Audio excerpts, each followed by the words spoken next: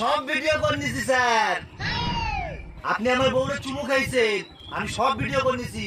Video এবার নেটে ছেড়ে দেবো, তারপর আপনি দেখবেন আপনার কি হয়। দাদা আপনি প্লিজ বিশ্বাস করো, আমি ওসব কিছু করিনি। আমি তো শুধু বৌদির চোখের পোকা বের করতে গেছিলাম।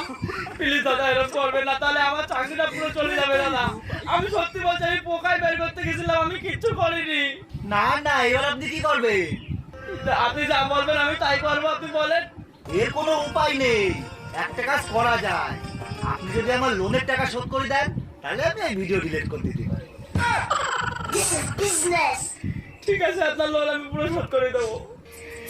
1000 টাকা করে মাসে পাড়ে নিয়ে যাচ্ছিলাম, মনে হয় সেটা আর হবে না। কি গো, দেখলে তো কেমন বুদ্ধি করে লোনটা শোধ করে দিলাম। হ্যাঁ। এবার কিন্তু আমার একটা শাড়ি কিনে দিতেই হবে।